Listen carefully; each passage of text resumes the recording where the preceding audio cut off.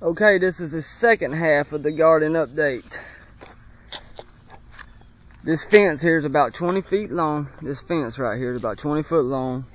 And I just got a bunch of cucumber plants growing on them. I got a lot of cucumbers because that's how many seeds was in one packet. So, I mean, you might as well plant all the seeds if you got the time and space to do it. You might as well just plant all the seeds because they probably ain't gonna be no good next year. They say don't use the same seeds as last year. Okay, run over here, and this over here is another little side project. You can see I got the fence kind of on the side of the corn, and I got a bunch more cantaloupe growing.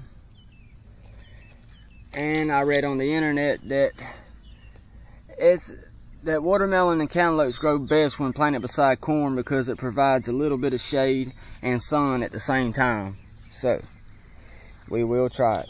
That's why I'm trying it. Okay. This is the row of corn here that's by itself. This row of corn here is by itself. And every one of them is starting to get some corn on them. That's a baby small piece of corn. Small piece of corn. And the tomato plant that I got mixed in with my corn. There's tomatoes, tomatoes, tomatoes. So water tomatoes there. A few hanging on the outside.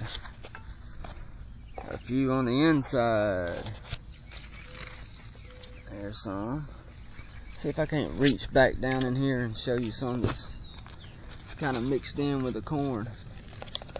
Look at there, them are mixed in on the back side, and they have just made it out the top of the little thing that I got built for them here.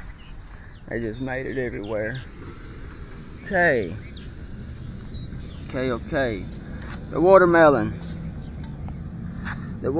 is just looking real good. It is huge. Well, it's huge to me because it's my first watermelon plant. The last video I could fit it in my hand. Now I can barely even get it up because it's just, oh, it's a heavy watermelon. And it's probably a good size and girth. It's probably about 8 inches long. And then I'm telling how big around, because it is real big around. You can see that it's real big.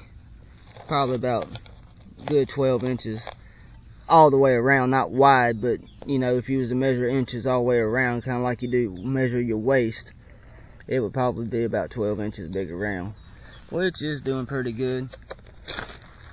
This is the only watermelon on this plant right here that has even made it. The other ones have turned yellow and kind of died. So if anybody's got any answers on that or something to help me out with that, that would help me out a lot. Because this is the only watermelon plant that I got of this kind. It's the only one that even sprouted. Out of 6 seeds, only one of them sprouted. So, and it had a bunch of watermelons on it, but they kind of shriveled up and turned yellow and kind of rotted. But this one right here is doing pretty good. You can tell that it's solid though. Okay. One more thing. Let's walk over here.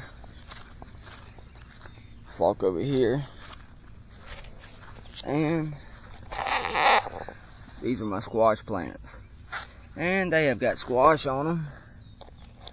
Got squash. If they look kind of a little trimmed up, they are, because I cut all the dead leaves off of them. Once the leaves turn yellow, I cut them all off, so they don't look all raggedy.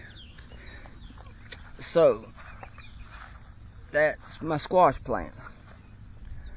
Alright. This is another row of corn. So this is my third row of corn. And it's also getting corn on it. So I ought to have plenty of corn. Plenty of corn. So, there's probably 1, 2, 3, 4, 5, 6, 7, 8, 9, 10, 11, 12, 13, 14, 15, 19, 20. There's 20 corn plants in this row. 20 corn plants in that row. Okay. It's pretty good though. Pretty good though. And she likes laying in the garden. She's over there laying in the garden because she likes laying in the shade in the garden. Okay. This here is another set of cantaloupes. Another set of cantaloupes. Okay. Alright.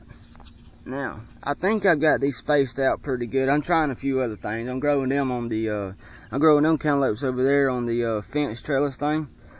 But these out here I'm going to grow on the ground. And it's kind of done it like a square foot garden. I got them spaced out, you know, like a square foot. A foot apart, foot each way. Mainly a foot each way, so. And believe it or not, they don't seem to be doing as good as the ones that I got growing over there on the trellis. I don't know why, but it don't seem like they growing as good.